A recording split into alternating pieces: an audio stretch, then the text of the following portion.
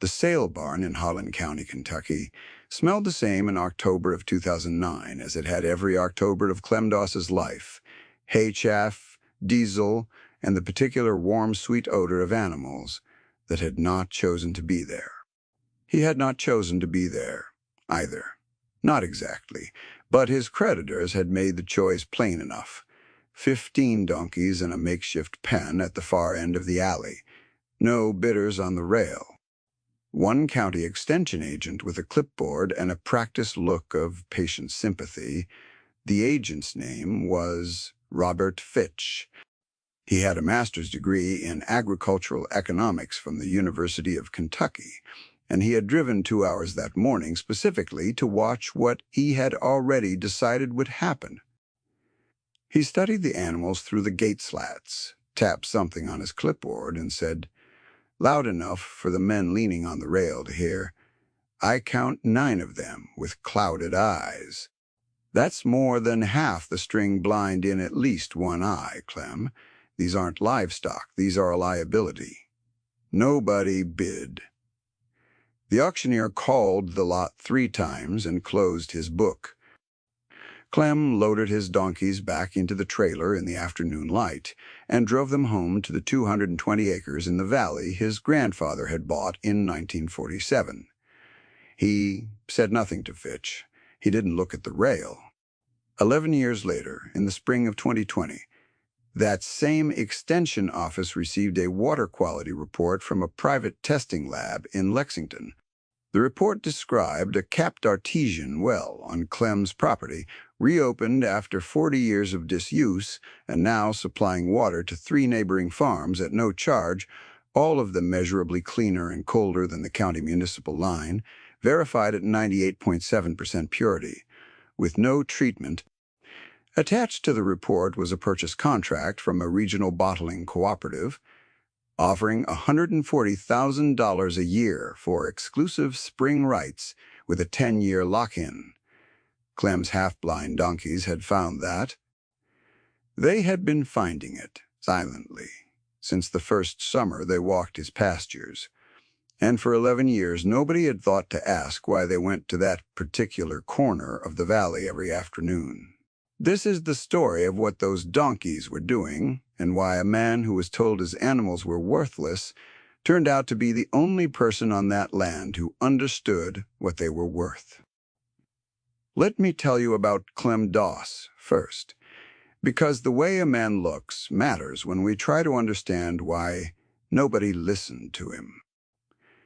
He was 58 years old in 2009, a few months past it, and he had the build of someone who had been carrying weight since adolescence, wide through the chest and thick in the forearms, with a slight forward tilt to his posture from decades of bending into hillside work.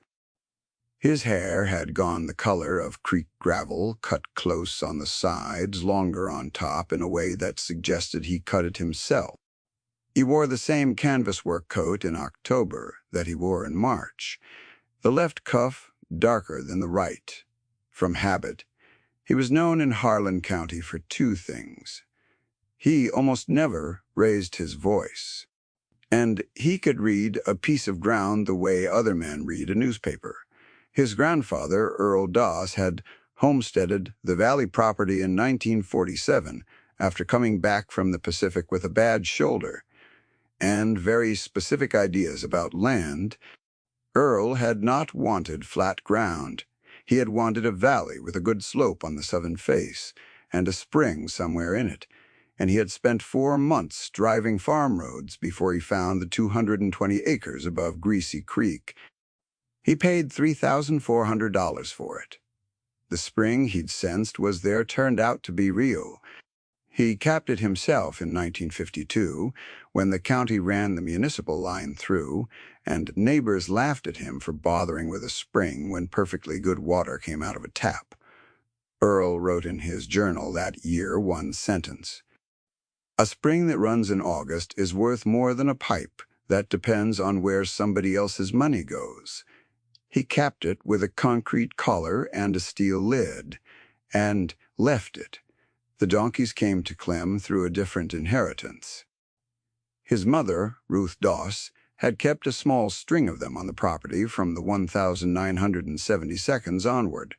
She had not kept them for sentimental reasons, though she was fond of them. She had kept them because the valley had timber wolves coming through in the early years and later coyotes, and a good jenny donkey is one of the few animals on a farm that will deliberately hunt and kill a canine that enters her pasture. Ruth ran 12 to 15 at any given time, sourced from the same bloodlines through a neighbor in Bell County, and they had kept her sheep flock intact for 30 years without a single loss to predators. When Ruth passed in 2006, Clem inherited the donkeys along with the land and the journal. He had not thought much about them in the way you don't think much about the fence posts or the gate hardware. They were part of the farm.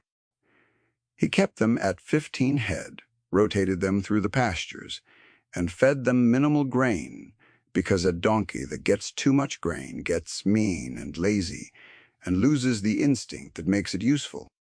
The half-blindness was not a disease, and it was not an accident. It was the breed. Let me explain that. Because it is the heart of everything that happened afterward. The donkeys Clem ran were descended from a Spanish Andalusian line that had been in Bell County since the 1882.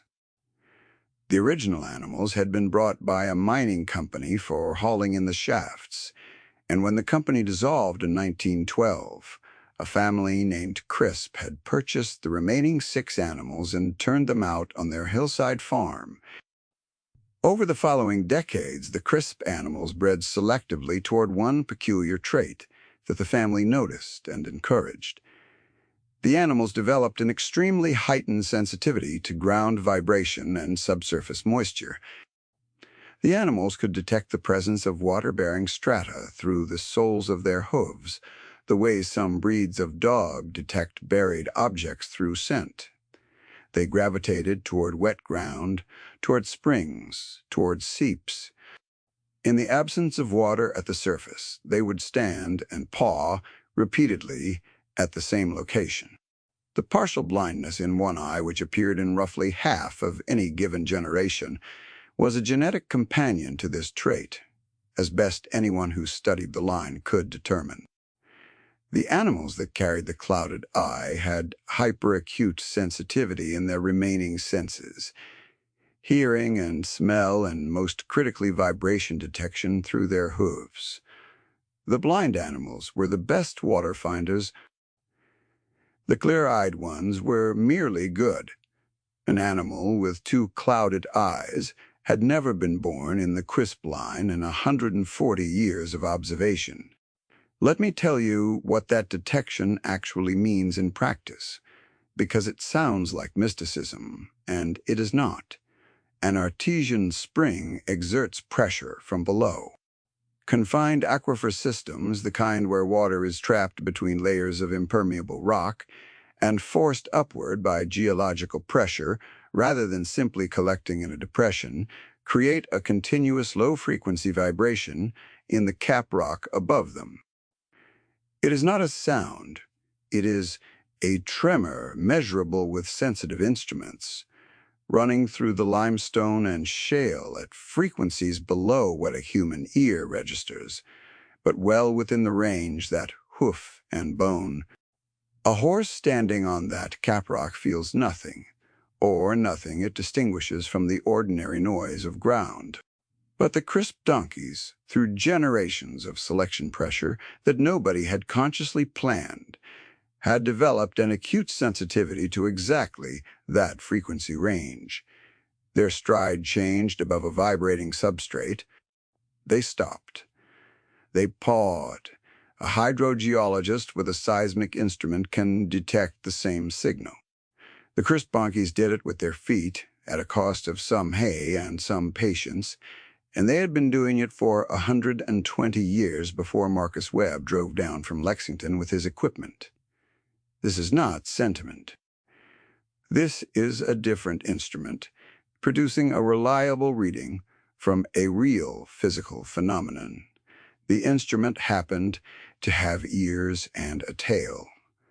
Ruth Doss had known this. She had written it down in her notebook. Not Earl's journal, her own spiral-bound notebook. She kept in the kitchen drawer in her schoolteacher's handwriting. Clem had read the notebook after she died, but he had not fully understood what she was recording until the summer of 2010, the summer after nobody bid on his animals at the Harlan County sale barn. He started watching them. The thing you have to understand about a working donkey on pasture is that it does not wander the way a horse wanders.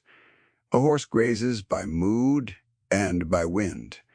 A donkey grazes by route, and the route has a logic to it if you have the patience to observe it over days and weeks. Clem had the patience. That summer he began keeping a notebook of his own, tracking which animals went where and when, and he noticed that the 9 animals with partial blindness all made the same detour every afternoon between 2 and 4 o'clock. They walked the same path along the lower south fence line, then angled up through the cedar break, then stopped at a spot in the northwest corner of the valley, roughly 30 yards from the old capped spring. They didn't stop at the spring itself. They stopped short of it and pawed the ground. He pulled Earl's journal from the shelf that August and read the 1952 entry again. A spring that runs in August is worth more than a pipe that depends on where somebody else's money goes. He walked out to the northwest corner with a post digger and a flashlight. He found the concrete collar in 4 minutes. The steel lid was still intact, sealed with rust but not corroded through. He did not open it that day. He marked the location with a cedar stake and went back to his notebook. That fall, he drove to Bell County and found an elderly woman named Velma Crisp, the granddaughter of the man who had maintained the line in the 1,940 seconds.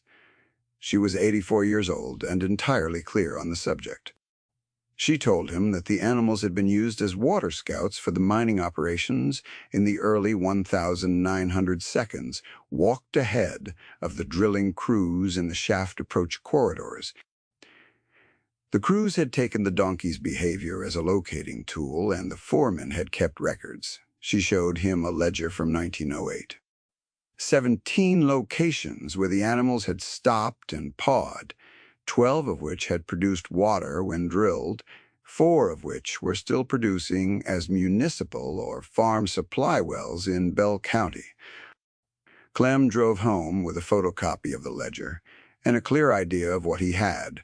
What he had was a problem in translation. The thing the animals knew could not be expressed in a format that Robert Fitch would accept, and Robert Fitch controlled the county's agricultural development funds, the lending relationships, the official recommendations that moved between the Extension Office and the farm banks. In 2011, Fitch made a site visit to the Doss property at Clem's request, walking the pastures with a copy of a university grazing study in his hand and a polite but terminal reluctance to look at the notebook. He watched the donkeys move through the cedar break and nodded carefully. "They're grazing," Fitch said. "Animals walk to shade in the afternoon, Clem, especially in July. What you're reading as intentional behavior is thermoregulation." Clem showed him the route maps in the notebook. 11 months of documented movement with dates and times. Fitch studied them for a moment with the expression of a man looking at something that does not quite fit any category he has been trained to apply. "This is an interesting personal observation," Fitch said. He set the notebook on the hood of his truck. "The scientific consensus on equid moisture detection is not strong. I've seen papers cut both ways. What I can tell you is that, from a farm viability standpoint, 15 donkeys with compromised eyesight, in 1 or more eyes, on 220 acres with no current lease income and a delinquent property tax bill, is not a position I can recommend to a lender. These animals are a hobby, Clem. I say that with respect. Clem picked the notebook up from the hood of the truck. He didn't say anything. A hobby. He had heard the word before, from the sale barn and from the agricultural loan officer at the community bank, and once from his neighbor Dale Prater, who ran 180 acres of conventional hay ground to the east and was in the process of financing a new baler and a used round baler and a diesel irrigation pump for his south field. Dale was not saying it to be unkind. Dale believed it the way you believe something. The official sources have all agreed on. Dale Prater was a good man, and Clem had no quarrel with him. They had grown up on adjacent ground. Dale had been at the consolidation sale in 2009 and had not bid on the donkeys. Not out of malice, but because a half-blind donkey on a hay operation made no more sense to him than a sailboat. He was running a practical, modern farm, and he had done everything the extension recommendations told him to do, in the order they told him to do it. He had attended the university's annual farm management seminars. He had financed his equipment on the cooperative loan program Fitch had helped arrange. He had signed up for the county's precision agriculture pilot in 2010 and installed soil sampling sensors at 200-yard intervals across his fields. Dale's operation was clean and well-run, and his hay was decent quality, and he was carrying $214,000 in equipment debt at a variable rate that was sitting at 4.1% in 2011. He had a diesel irrigation pump drawing from the municipal line because his 2 creek-fed ponds had dried up in the summer of 2010. The county water rate was $4.8 per 1,000 gallons for agricultural accounts, and Dale was running about 340,000 gallons through the irrigation system. That was $1,632 per dry summer month on water, alone not counting fuel for the pump. His new baler had cost $47,000. His used round baler had cost $22,000. The precision sensor network, which he had paid for with a county ag technology grant, required a subscription service for the data interface that ran $1,400 per year. His machinery shed had been expanded in 2011 to accommodate the new equipment. His property tax bill had gone up accordingly. None of this was foolish. Every individual decision Dale had made was defensible by the standard of what good farming was supposed to look like, as defined by the people with the degrees and the laptops and the grant programs and the slide presentations. He was not reckless. He was a man following good faith institutional advice at substantial personal cost, and the institutions had given him no reason to doubt them. Clem was paying nothing for water. His animals drank from the ponds on the north pasture, fed by the natural drainage of the valley, and he had not needed to irrigate in the 11 years he had managed the property because he stocked it at roughly half the density the extension models recommended, letting the native grasses root deep and hold moisture through July and August. He owned his fence stretcher and his post digger and a 1987 Ford F-250 with 190,000 miles on it and no payment attached. His property tax bill reflected a farm that had not been improved in the appraiser's sense of improved since 1972. He did not try to explain this to Dale. Dale had heard the same extension presentations Fitch gave, which recommended higher stocking density to maximize revenue per acre, which required more water to maintain the forage, which required the pump and the municipal line and the financing. The model was internally consistent. It simply did not account for a 40-year-old capped spring in the northwest corner of a valley, or for 15 half-blind donkeys who knew it was there. The summer of 2012 was the summer Clem opened the cap. His granddaughter Lena had come home from her first year at Morehead State, where she was studying environmental science and had developed, in the way of 20-year-olds, who have been reading broadly, a respectful but persistent skepticism about the things she had grown up accepting. She was 19 that summer, sharp-featured and quick, with her grandmother's wide, dark eyes and a habit of asking for a source before she accepted any claim, including her grandfather's. She had been skeptical of the notebooks the previous summer, when she had first seen them. She had grown up with the donkeys the way farm children grow up with their particular livestock, as familiar furniture, and the idea that they were navigating by geological signal had struck her as the kind of thing an isolated older man might talk himself into over years of patient watching.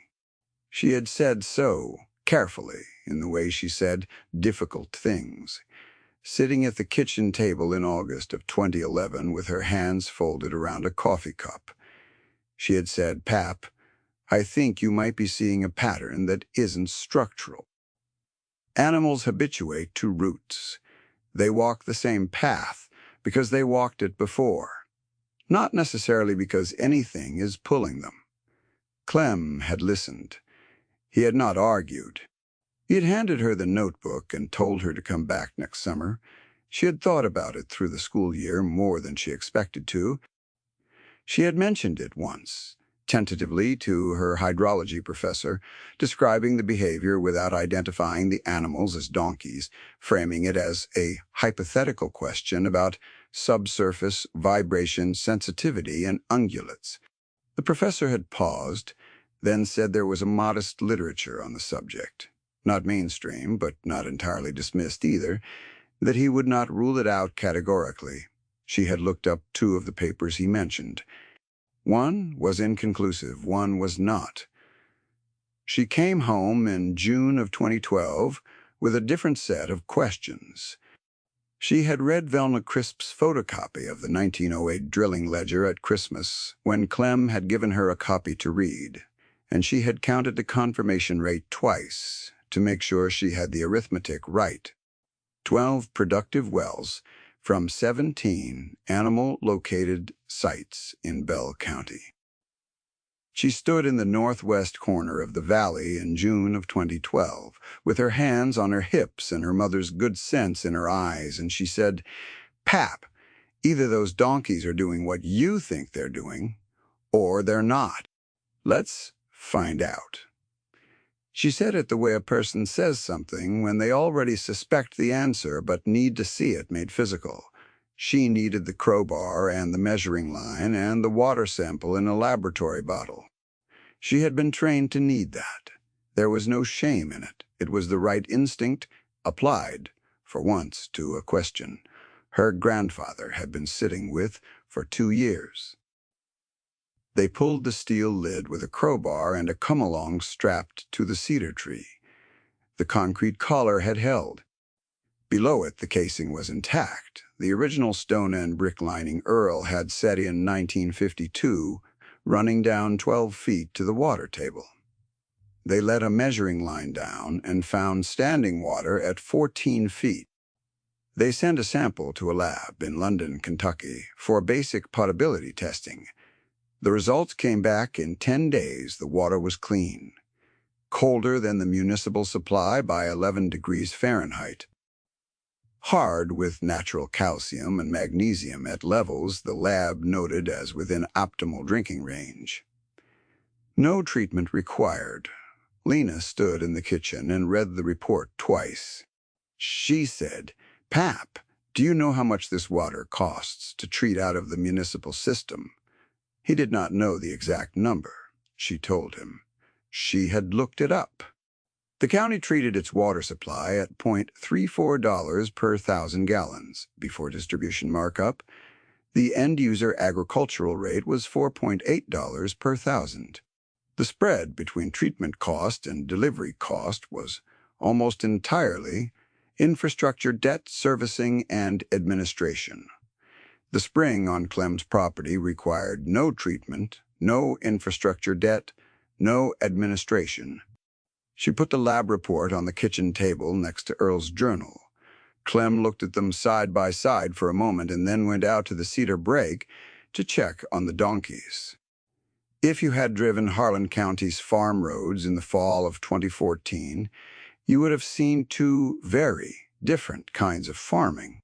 On the eastern edge of the valley, Dale Prater's hay fields were still producing well, though his diesel costs had climbed with the fuel price and his equipment loan had been refinanced once, the variable rate having moved from 4.1 to 6.8% by mid-year.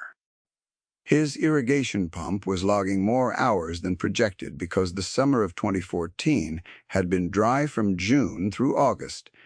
The municipal water bill for his operation that summer was $2,100 in August alone. On the western edge of the valley, Clem Doss's 220 acres looked exactly as it had looked in 2009, in 2001, in 1985. The pastures were thin in places where the cedar stands shaded them, and the fence line was old split rail in some sections, and the barn had a rusted tin roof. His 15 donkeys grazed the same roots. His notebook had grown to 3 volumes.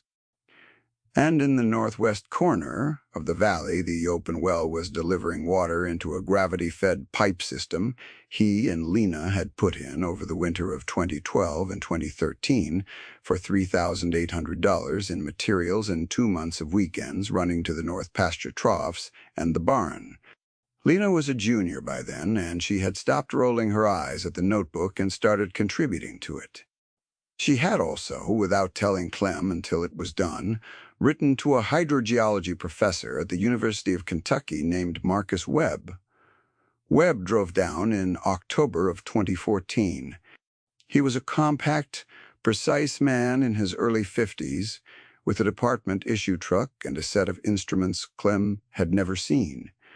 And he spent 4 hours in the northwest corner of the valley with his equipment and his assistant, and very little conversation. He walked the perimeter of the spring cap, walked the surrounding terrain, mapped the discharge rate.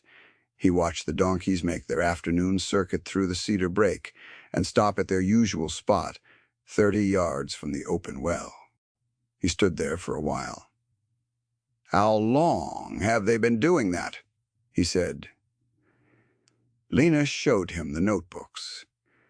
Webb read for 20 minutes, standing in the cedar shade. He did not say anything deprecating about the notebooks. He said the aquifer feeding this spring is the same formation that supplies 3 wells in the next valley. It's a confined artesian system, which means the pressure is internal, not surface-dependent. In a dry year, it doesn't diminish the way a surface spring does. It actually sustains. He looked at the donkeys. These animals were selecting for this location specifically. Clem said, "They had been." Webb took another water sample. He asked if he could send a graduate student out in the spring. Clem said yes. The dry year Clem had been waiting for, not hoping for, but waiting for the way you wait for something you know is coming. It did not arrive quietly. May had been normal enough, and the early June rains had kept the fields looking right. Then June stopped. A high-pressure ridge settled over eastern Kentucky the 3rd week of June and did not move. The temperature ran 4 to 7 degrees above the 30-year average for 23 consecutive days. The creek levels dropped. The county commissioner started watching the reservoir gauge at the municipal treatment plant, and by mid-June, the rainfall deficit in Harlan County was 9 inches below the 30-year average with no forecast change.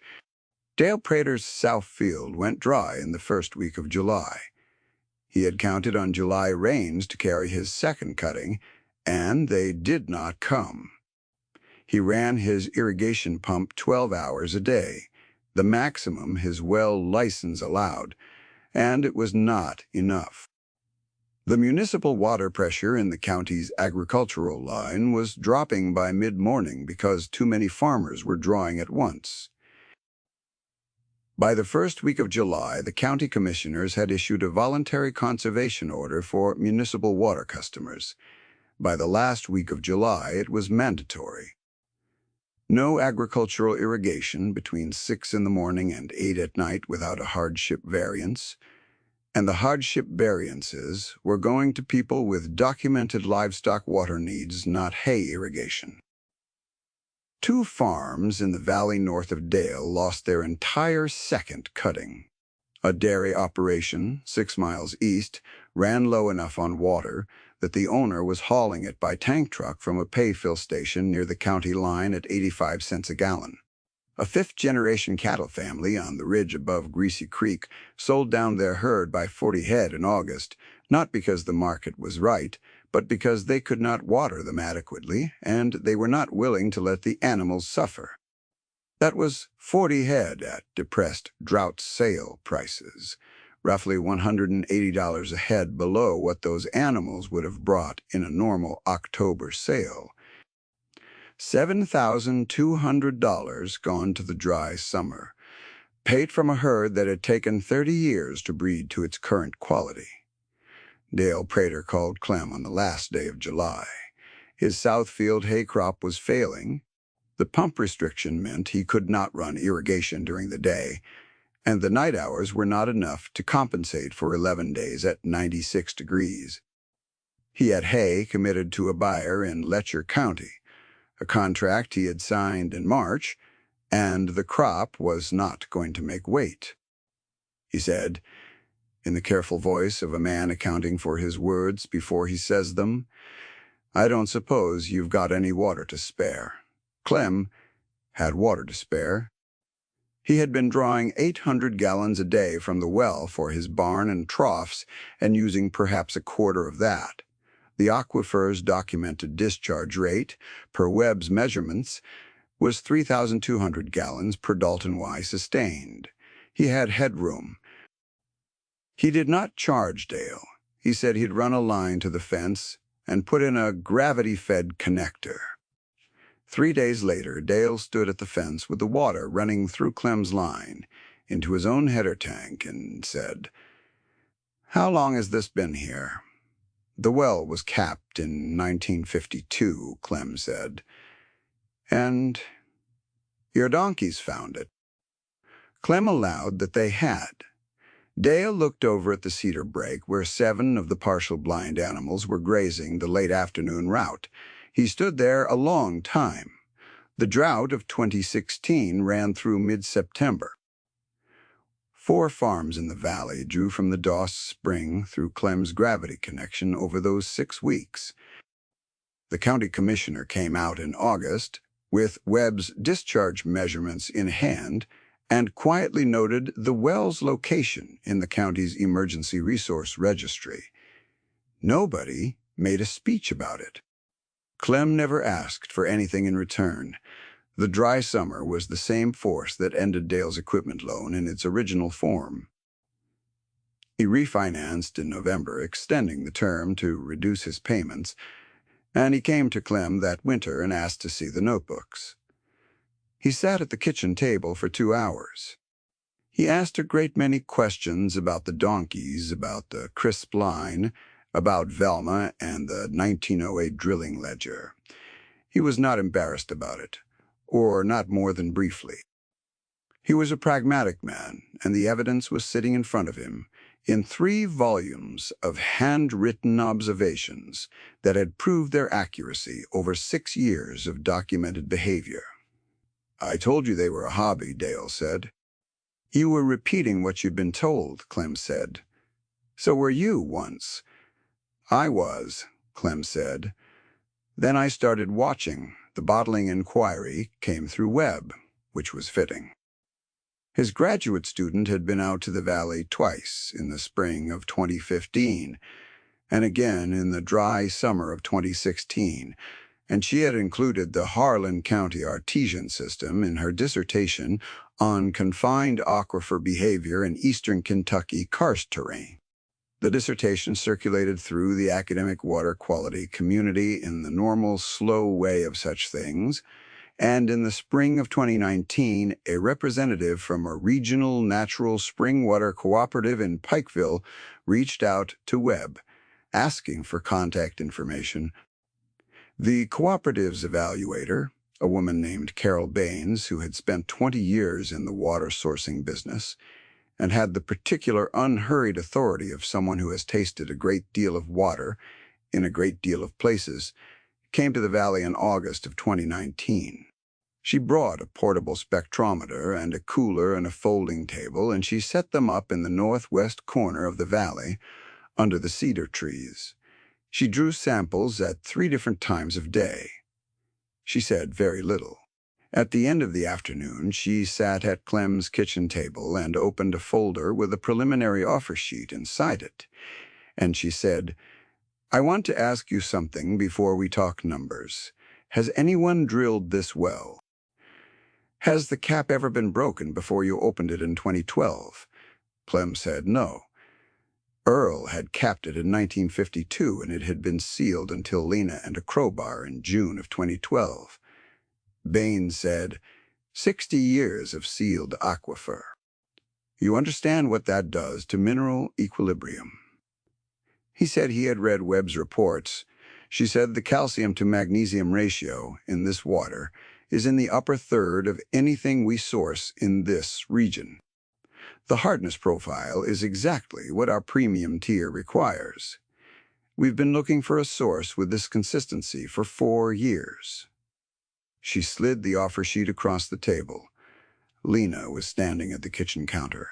She had driven down from Moorhead on a Thursday evening specifically for this meeting, and she watched her grandfather pick up the offer sheet and read it the way he read everything, slowly starting at the top, moving to the bottom, without jumping ahead. He read it twice. He set it down. The number on the page was $140,000 per year for exclusive spring water rights, with a 10-year commitment and a renewal option, plus a capital contribution from the cooperative of $28,000 toward well infrastructure improvements. The cooperative would install a sealed, modern casing, a testing protocol, a metered draw system. Clem would retain complete ownership of the land and the aquifer. He could revoke the agreement with 18 months' notice. Nobody said anything for a while. The kitchen clock was audible. Outside, the late afternoon sounds of the valley, the birds settling into the cedar brake, a distant gate chain, one of the donkeys in the near pasture blowing through its nose. $140,000. That was not a number that changed what Clem Doss was. He was still going to get up at 5:30 and check on the animals and walk the fence line in the same canvas coat. He was not going to become a different kind of farmer. He was not going to call anyone. The money was not the point of the story, and he understood that clearly.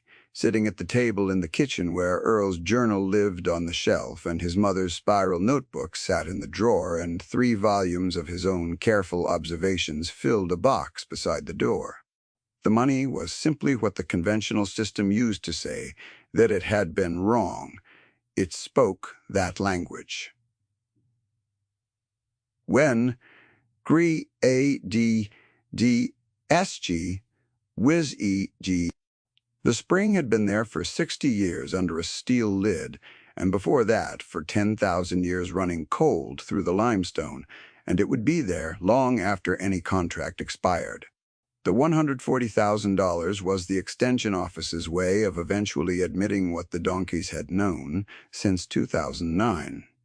Clem put the paper down and looked at Baines. He said, "What about the farms? I'm running water to." She said that the cooperative's draw would be metered and would not exceed 1,200 gallons per Dalton Y. Well inside Webb's, documented 3 200-gallon sustainable discharge, the neighboring farms could continue drawing from the system at no cost. Lena put her hand on the edge of the kitchen table and did not say anything for a while. She was thinking about her hydrology professor and the 2 papers she had looked up in her first year of college, and about a spiral notebook in a kitchen drawer, and about a copper-red Jenny with a clouded left eye pawing the limestone shelf in the northwest corner of the valley. She was thinking about all the times she had driven past that corner without wondering why the animals walked there every afternoon. That number, $140,000, did not land the way a shout lands. It landed the way a stone lands when you drop it in a deep well and you wait, and then far below you hear the water. Fitch retired from the county extension office in 2019 after 22 years. He had been a good extension agent by the consensus of the farming community, meaning he had followed the university's recommendations faithfully, and the university's recommendations had been drawn from research that was largely correct for the average farm on average ground in average conditions. He called Clem in the fall of 2020, after the contract had been signed and the cooperative had begun its infrastructure work, after the water quality report had circulated through the extension system. He was calling from his house, not the office. "I told you they were a liability," he said. He said it plainly, without hedging. Clem said, "You told me what the model said." Fitch was quiet for a moment. Then he said, "How'd you know the model was wrong?" Clem said, "I didn't know. The donkeys knew. I just wrote down what they were doing." Fitch asked if he could come out sometime and look at the notebooks. Clem said he was welcome to. The cooperative finished the well infrastructure in the spring of 2021, and the first metered draw went out that April. 3 neighboring farms, including Dale Prater's operation, received formal non-metered draw connections from the County Emergency Water Registry installed at the cooperative's cost as part of the Community Benefit Agreement Clem had negotiated into the contract. Dale refinanced his equipment loan one final time that same spring at a lower rate and a shorter term, and he paid it clear in 2023. Lena accepted a position with a state water resources agency in Frankfurt after completing her master's degree, and she came home to the valley most months. She took over the notebooks in their 4th volume, continuing the route documentation for the donkeys because the animals were still walking the cedar break every afternoon, and she was not done learning what they were telling her. The 15 had become 12 over the years, the oldest gone to age, and Clem had purchased 3 young animals from a woman in Bell County who was maintaining what remained of the crisp bloodline, partly blind in the left eye, all 3 of them. Clem did not expand. He did not take on investors. He did not sink the cooperative's annual payment into equipment or additional acreage. He paid the property tax, current, cleared a small equipment note he had carried since 2008, put money back into the barn roof, and used the rest the way Earl Doss would have recognized, carefully. Toward the land, toward the people around him who needed it. When Dale had a rough November in 2022, Clem mended his south fence line without being asked, and did not say anything about it. Earl's journal stays on the kitchen shelf where it has lived since 1952. The entry from that year is short enough that Lena has it memorized. She does not quote it when she is giving water policy presentations in Frankfurt, but the thought underneath her presentations is always the same one. The people who drew that water line across Harlan County in the 1,940 seconds and 1,950 seconds were not wrong to build it. They were solving the problem they could see. What they could not see, what the capped collar and the concrete lid had kept from view for 60 years, was the thing underneath, the thing that did not depend on anybody else's money or infrastructure or interest rate. The thing the donkeys had been walking to every afternoon, not because they had been told to, not because someone had mapped it for them, but because their hooves told them where the cold water ran underground, and they trusted what their hooves said. 2 kinds of knowing occupy any piece of ground. One comes with a credential and a projection and a truck from the institution. One comes from 40 years of walking the same route and understanding what the soil says through the bottoms of your feet. The first kind is useful. It builds the county water line. It finances the baler. It moves efficiently across large territories and draws reasonable conclusions from the data it collects.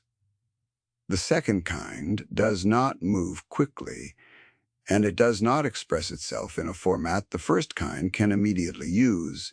It is slow. It is tied to one particular aquifer, in one particular karst valley, in one particular county. It cannot be scaled or replicated or templated across a region. What it can do is sustain. What it can do is find the cold water in a dry July and still be running in August. What is rigid breaks when the drought year comes? What belongs to the ground endures. The donkeys were in the cedar break when Lena drove out on a Saturday morning in October of 2023. The valley still holding the last of the season's green, the well infrastructure humming quietly 30 yards from where the animals stood. The old copper-red Jenny, with the clouded left eye, was at the edge of the group, head down, one forefoot pawing the limestone shelf in the way that had started all of this. She was not telling anyone anything. She was simply doing what her body told her to do on the ground. She knew Clem was sitting on the porch with Earl's journal, open in his lap when Lena walked up. She had not asked what he was reading. She already knew. Some things do not need to be explained. They only need to be watched long enough.